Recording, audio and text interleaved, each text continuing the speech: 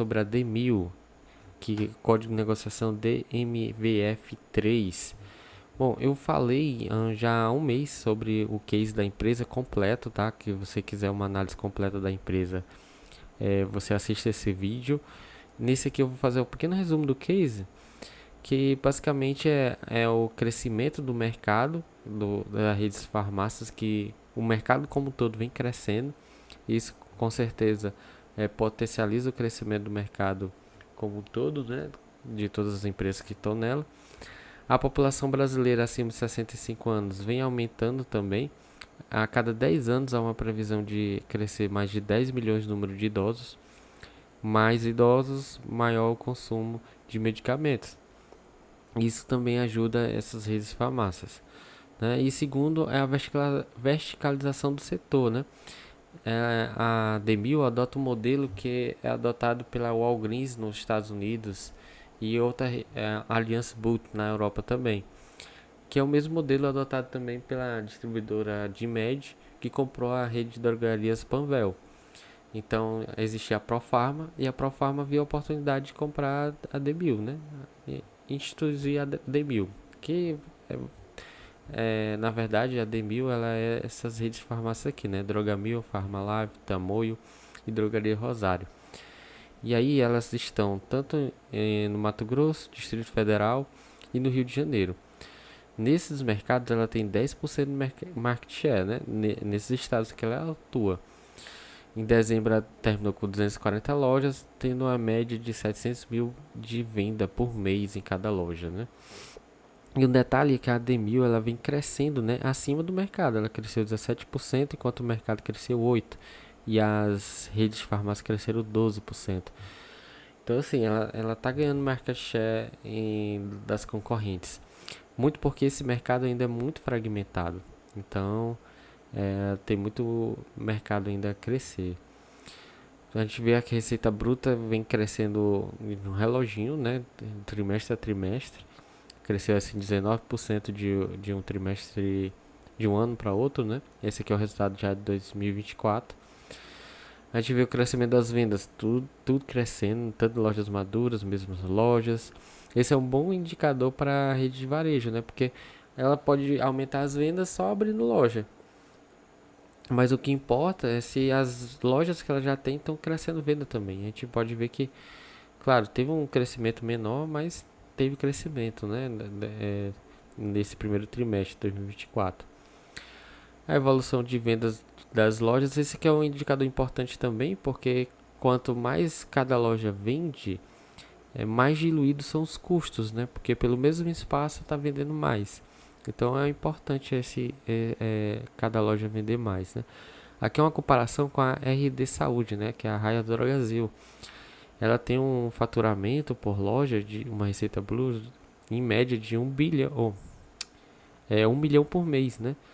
Que é bem maior do que o que? Aqui tá dando 700 mil, 300 mil a mais do que a D1000. Só que assim, a Drogasil nesse quesito já é bem madura, né? Há um bom tempo que fica nesse patamar. E ela tem um EBITDA de 14%. E a D1000 não chegou nesse patamar, mas tem um potencial de chegar. Então por isso que eu acho até mais interessante que a Raia Drogasil, porque ela tem esse potencial latente, né? A Drogasil parece que chegou ali no platô, né? Só está crescendo por abertura de lojas, mas as lojas em si já são bastante eficientes. Aqui a gente vê como esse crescimento, acima de 1 milhão em 2022, a Demil só tinha 8 lojas. 2023, 24 e agora no trimestre 31 lojas que faturam acima de 1 milhão.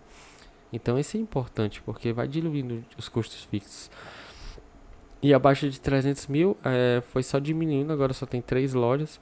E é claro, não é que as lojas também estão vendendo menos, não. As lojas ineficientes eles vão fechando, né, para deixar o portfólio assim mais eficiente. Aqui os indicadores são um dos motivos que eu gosto da D1000. Aqui pode ver que ela ainda continua ganhando em relação aos indicadores de valuation, né? É claro que ela deu uma subida, Pague Menos na data que eu gravei esse vídeo deu uma queda. Isso faz com que os indicadores deixam alterados, né? Mas assim, o que me leva a atenção é que em questão de preço sobre lucro, ela está é, é, mal avaliada em relação às concorrentes diretas, né? Sendo que ela tem um crescimento estrondoso, né? É, fora de série em relação às demais. E mesmo assim está entregando crescimento e o mercado não está comprando esse crescimento, né? Diferente da Drogasil. A Drogasil está um PL de 44 e o crescimento foi de 13% no lucro, né? Então a gente vê que é uma distorção, né? Eu só olhando esses dois indicadores, uma distorção bem grande. A gente pode ver que o EV/EBIT dá de 6, né? Só não está melhor do que a Pague Menos. Mas teve essa questão aqui da diferença de preço, né, nessa data. E uma coisa que vocês podem observar, o preço sobre VP, né, o valor patrimonial, ou seja, ela está sendo avaliada 40% do valor do patrimônio dela. Agora um detalhe importante, e que nem a Pagamentos também está sendo subavaliada. Mas um detalhe importante é que no caso de farmácia, né, a Drogas nem se fala, tá? 7 vezes o valor do patrimônio. No caso de rede de farmácias, não é muito interessante olhar o patrimônio porque tem muito ponto comercial, né? Muitas lojas alugadas e isso faz com que aumente aqui o intangível, né? E no caso da Demil, ela tem um ágio muito grande. O que é esse ágio, né? São de rede de farmácias que ela comprou. E aí quando você compra acima do valor contábil, você tem esse ágio. E esse ágio ela vai depreciando nos resultados, né? Então por isso que não é interessante considerar é, esse ágio aqui, né, esse valor patrimonial para avaliar a empresa. O que é interessante considerar então, olha, isso aqui, projeções, né, receita, faturamento, lucro. A companhia ela espera abrir de 260 a 280 lojas entre janeiro de 2024 e dezembro de 2028, né? Então, assim, esse crescimento aqui que a gente tem que se basear, porque esse crescimento vai gerar o lucro, que esse lucro vai remunerar o acionista. Se bem que eu já expliquei até no vídeo anterior, ela tem uns prejuízos acumulados, então ela vai demorar um certo tempo até cobrir esses prejuízos acumulados e poder ter uma reserva para pagar lucros, né? Dividendos. E aqui eu fiz um pequeno cálculo, né? Um cálculo assim meio conta de padeiro mesmo, em relação a essa abertura de lojas. Aqui eu considerei apenas 200 lojas abertas até 2028, porque aqui fala 260 a 280, mas não é um aumento líquido, né? Aqui está se referindo só a aberturas brutas, então ela pode fechar aí mais lojas. Então aqui estou considerando, sendo bem conservador, 200 lojas em vez de 260 a 280, né? A venda de lojas dela aqui no final de 2023 está em 637 mil por loja, por mês. Eu considerei que não vai haver aumento, e a gente viu que está aumentando trimestre após trimestre o aumento de vendas por lojas. Eu não considerei que está aumentando. Então, só nessa questão de abertura de lojas, ela teria já um faturamento de 3,3 bilhões, né, em 2028. A margem EBIT, a gente viu que também há um aumento de margem, né, que quanto mais fatura, mais dilui o custo fixo, isso aumenta a margem, mas eu fui conservador, também deixei a margem igual, idêntica à do último trimestre. Isso dá um EBIT de 100 milhões, né? E a avaliação do mercado mantive o mesmo múltiplo. E a gente pôde ver também que o múltiplo dela no slide anterior está bem menor do que as demais concorrentes do setor. Então ela também está subavaliada nesse quesito. Mas vamos considerar que ela vai continuar subavaliada em 2028. Novamente dá um EV de 620 milhões.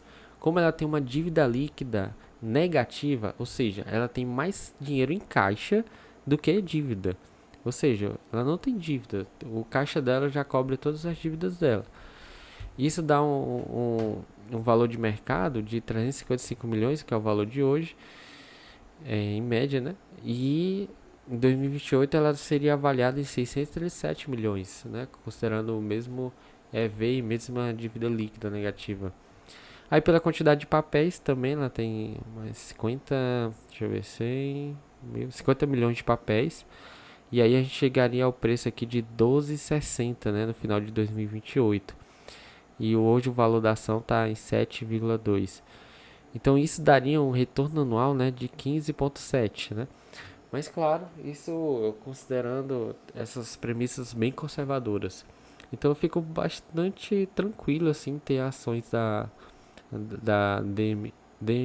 DVMF3. É difícil falar esse nome rápido, porque ela tem uma margem de segurança boa, né? A gente pode ver que eu fiz previsões bem conservadoras. É claro que na planilha a gente pode é, ir alterando, que a planilha aceita tudo, né? Mas enfim, pode mudar aqui para 800 mil, que é o valor possível de chegar. Enfim, isso vai aumentando ainda mais o retorno dela. Mas o que vier pra gente é lucro, né? Dessa previsão bem conservadora.